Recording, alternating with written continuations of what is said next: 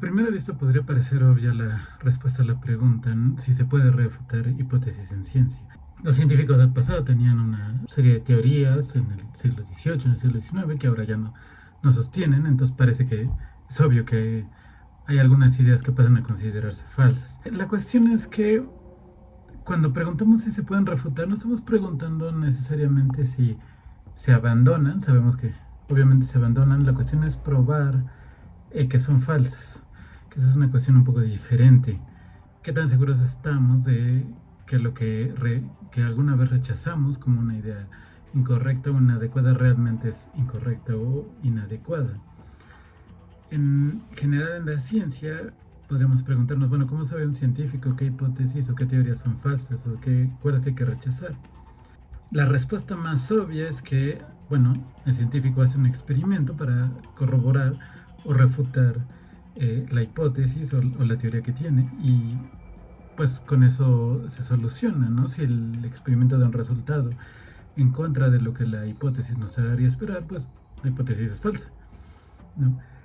Eso parece ser como lo más obvio, la respuesta más natural. No obstante, a inicios del siglo XX, un físico francés notó que desde un punto de vista lógico, parece haber un problema con esta idea, con esta concepción. Y ese problema ha sido muy debatido en filosofía de la ciencia y aún hoy en día inspira discusión. El físico en cuestión se llamaba Pierre Duhem. Nació en 1861, murió en 1916, le tocó ese cambio de siglo XIX al XX.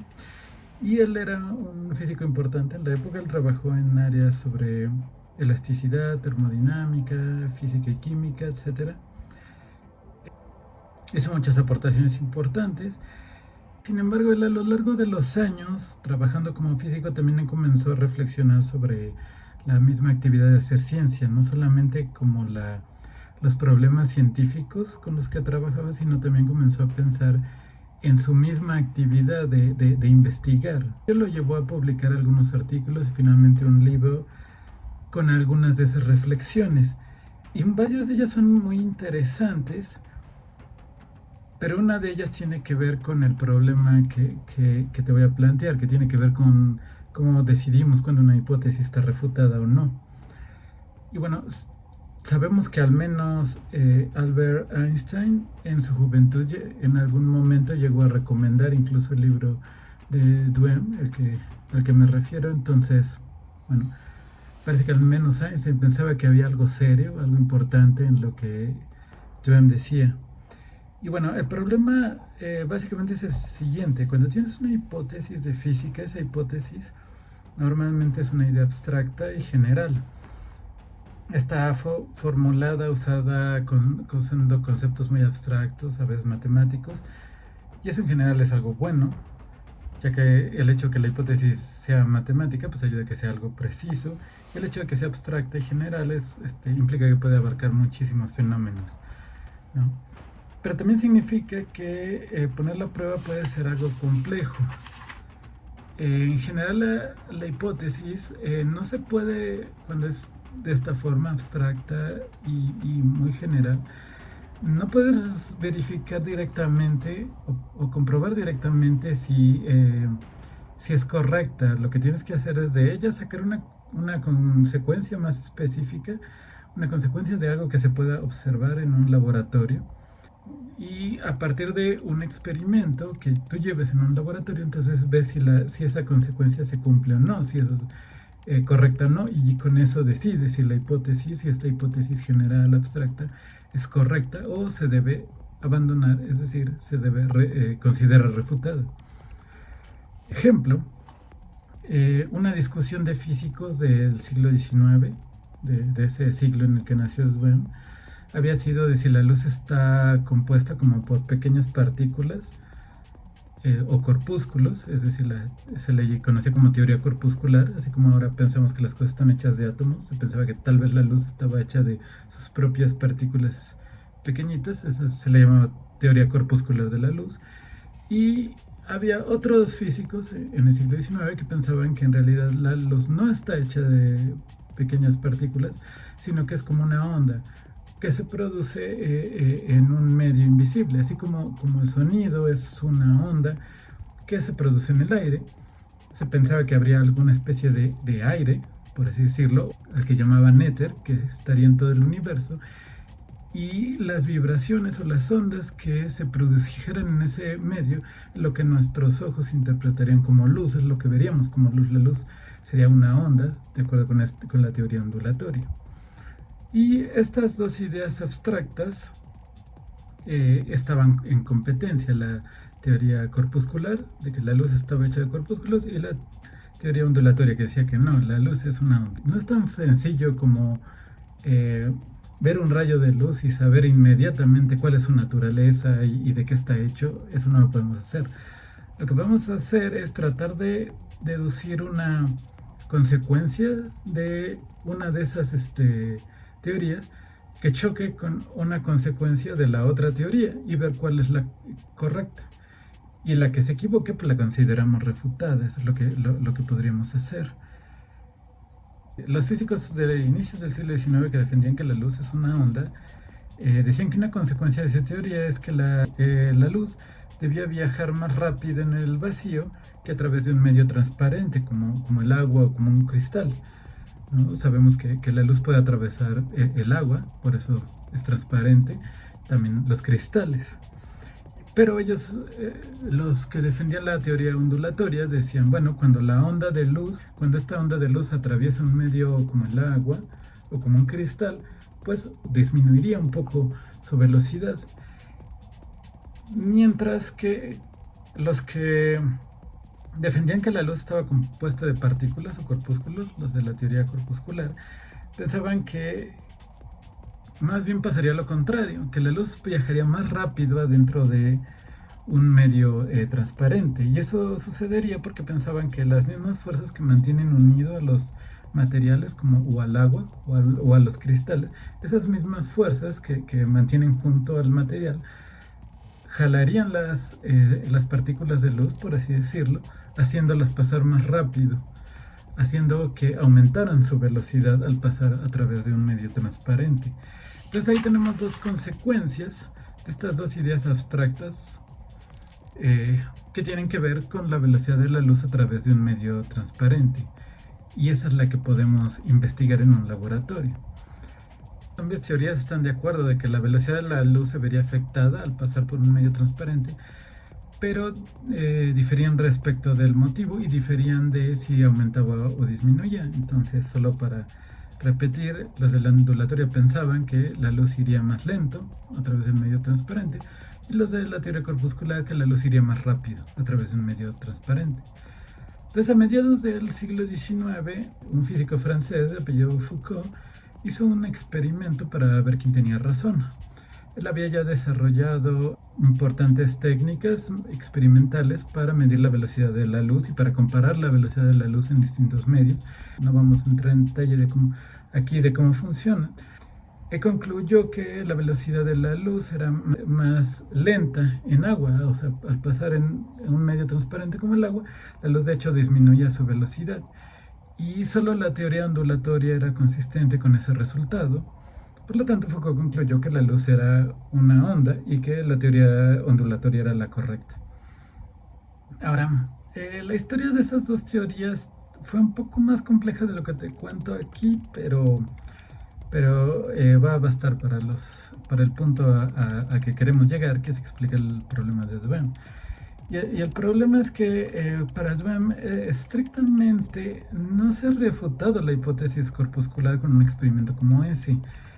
La refutación para Duhem no es algo tan sencillo. De acuerdo con él, para concluir que la hipótesis corpuscular implica que la velocidad de la luz en el agua es más rápida, uno tiene que usar otros supuestos además de la hipótesis. Uno tiene que usar suposiciones adicionales para poder llegar a esa conclusión. Es decir, por ejemplo, hubo que suponer que los materiales están unidos por fuerzas que tendrían que poder atraer a las partículas de luz si existieran. Si esto fuera falso, aún podría ser que la hipótesis corpuscular fuera correcta, por poner un ejemplo. Y más aún, también teníamos que suponer que los procesos experimentales de Foucault son correctos, y tenemos que usar varios supuestos sobre la hipótesis ondulatoria también para haber llegado a ese experimento. En otras palabras, el problema es que para poner a prueba una hipótesis tenemos que usar muchos supuestos adicionales, además de la hipótesis que estamos probando.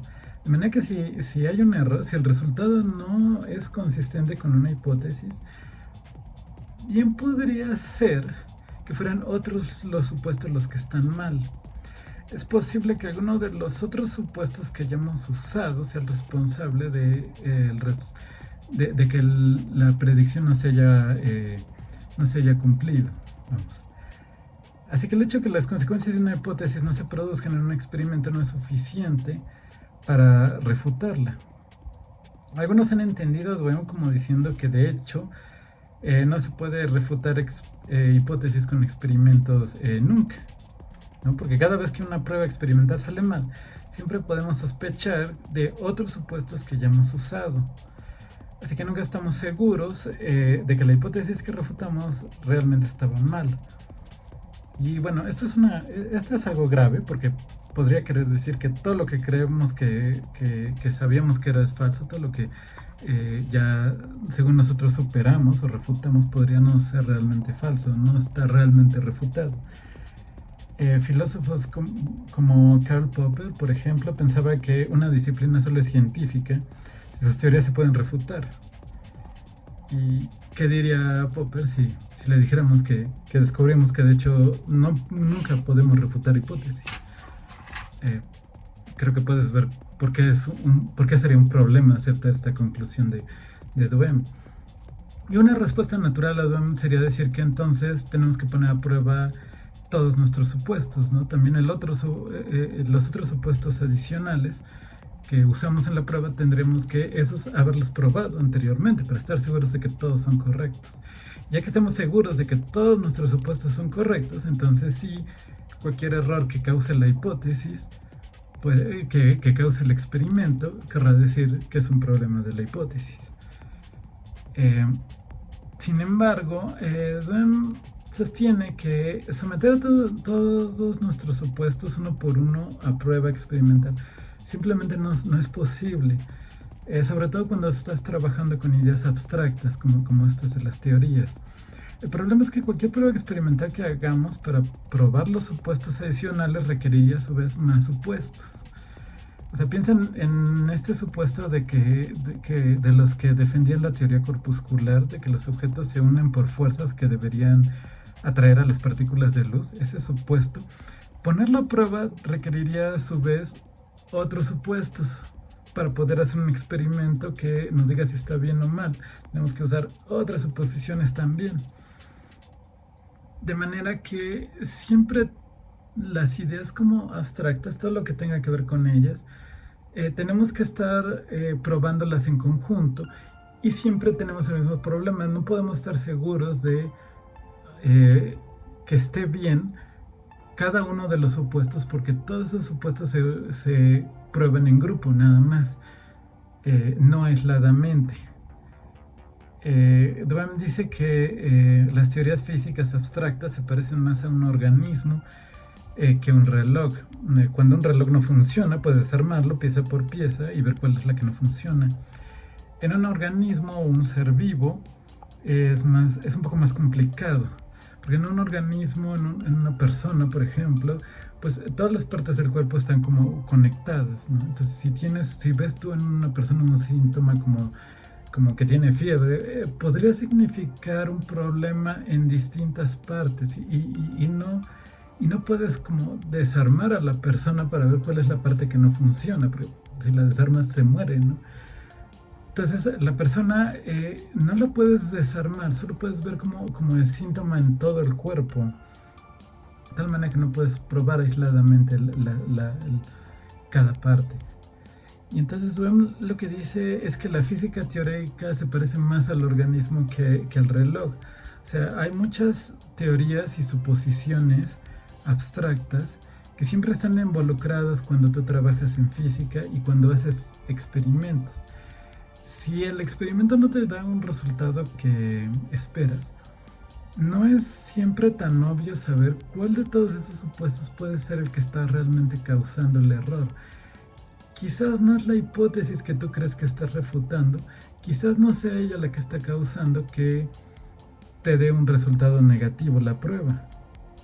Solo puedes saber que una de las ideas, alguna de los supuestos, hipótesis y teorías que estás usando, alguna está mal, pero no necesariamente sabes cuál.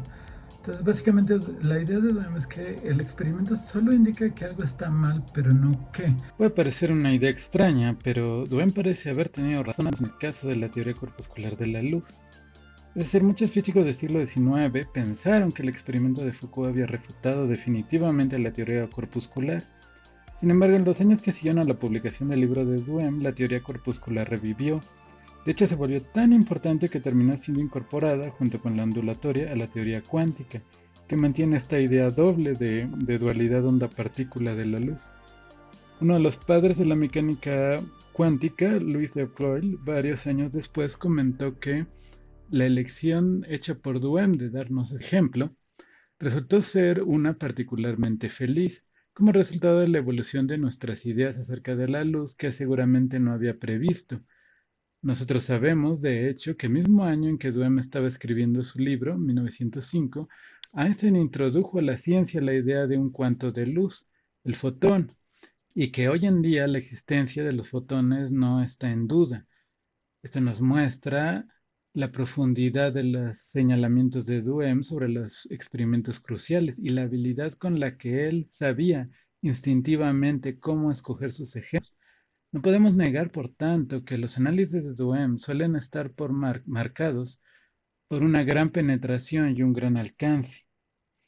Así que parece que es cierto que algunas hipótesis y teorías que se abandonan porque los experimentos dan evidencia en contra de ellos, podrían todavía ser ciertas. Y la razón de que los experimentos den esos resultados en contra podría ser el efecto de otros supuestos erróneos. En un nivel más personal, te puedo contar que cuando yo estudiaba física, eh, hace varios años, hice varios experimentos que no salían como yo esperaba. Yo sabía que el error, en esos casos yo sabía que el error tenía que estar en la manera en que yo hice el experimento, porque las teorías no podían estar mal, ya que estaban en los libros de los que aprendíamos. Esas teorías debían de ser correctas, suponía yo. Pero siempre me sorprendía preguntarme cómo es que los físicos del pasado, cómo hacían ellos para saber cuándo una hipótesis estaba mal y no su experimento. ¿Cómo sabían ellos con tanta certeza? Porque pues yo realmente no, en la mayoría de las veces no me era tan fácil descubrir que estaba mal, ¿no? Y me di cuenta que de hecho no era una experiencia tan aislada. Incluso algunos de mis compañeros solían contar un chiste muy malo sobre los experimentos. Un chiste que decía que si un experimento parece gelatina, entonces ese experimento es de química. Si huele mal es de biología y si no funciona, pues es de física. O sea, como haciendo la broma de que siempre los experimentos de física por alguna razón siempre salen mal. Y bueno, pues sí es difícil, suele ser difícil saber qué es lo que está mal. A veces nada más mueves un poco las cosas y de pronto funciona y no siempre sabes qué es lo que cambiaste, qué es lo que estaba causando como ese error. Y según Duhem, nadie está, de hecho, completamente seguro al hacer un experimento. Eso tiene que un investigador en parte tiene que confiar también, además de la lógica, en su bon sens, que se suele traducir como sentido común, algo así como su buen juicio. Porque la lógica por sí misma, de hecho, no te dice cuál es el problema. Es decir, Duhem al final pensaba que el físico sí decide correctamente eh, qué es lo que está mal, sí logra identificar finalmente qué es lo que está mal en un experimento que no sale, pero no precisamente por razones lógicas, sino por estas razones de sentido común o buen sentido, que podría referirse a muchas cosas. También me parece interesante que incluso Albert Einstein parece haber estado de acuerdo con esto que decías, bueno, en una de sus notas para uno de sus cursos sobre electricidad, Albert Einstein incluso dice eso, que las hipótesis no se pueden probar en aislamiento, que tienes que probarlas junto con varios supuestos. Parece ser la misma idea. Y de hecho, en una conferencia, sí, cualquiera podría suponer que existe un elevado número de sistemas posibles de física teórica, todos bien justificados por igual. Y en teoría esta opinión es correcta, sin duda. El desarrollo de la física ha demostrado que en todo momento, más allá de todas las construcciones concebibles, un único sistema ha resultado ser superior a todos los demás. Ninguna persona que haya entrado en la materia con profundidad podrá negar que, en la práctica, el mundo de los fenómenos determina unívocamente el sistema teórico, a pesar de que no existe puente lógico entre fenómenos y los principios teóricos. Entonces, básicamente ahí Einstein estaba defendiendo esa idea de que no hay un puente lógico de los fenómenos a las teorías que te diga qué teoría es correcta. Pero aún así, de alguna manera, los fenómenos sí te indican cuál es lo correcto, que parece similar a lo que está diciendo Swain, que desde un punto de vista lógico, las refutaciones no parece que se puedan llevar a cabo en experimentos de física y que es algo adicional, son ideas adicionales de sentido común o de buen juicio que lo que llevan realmente a determinar qué es lo que está mal. Todas estas ideas han causado una amplia discusión en filosofía de las ciencias durante más de 100 años, de hecho. Entonces, bueno, me gustaría saber qué es lo que tú piensas, qué es lo que opinas tú sobre este problema, si crees que el problema que señalas Boehm tiene alguna otra solución, si crees que sí, que de hecho sí se pueden probar hipótesis en aislamiento, o estás de acuerdo con Boehm en que eso no es posible, que solo se pueden probar en conjunto, de manera que no siempre sabemos cuál hipótesis del conjunto es la correcta, es la que está causando los errores. ¿Qué implicaciones tendría para ti pensar que realmente no se pueden refutar hipótesis de manera concluyente? ¿Cómo afectaría eso tu manera de ver a la ciencia o lo que sabemos o creemos saber sobre la realidad? Cuéntame en los comentarios. Sería muy interesante leerlo.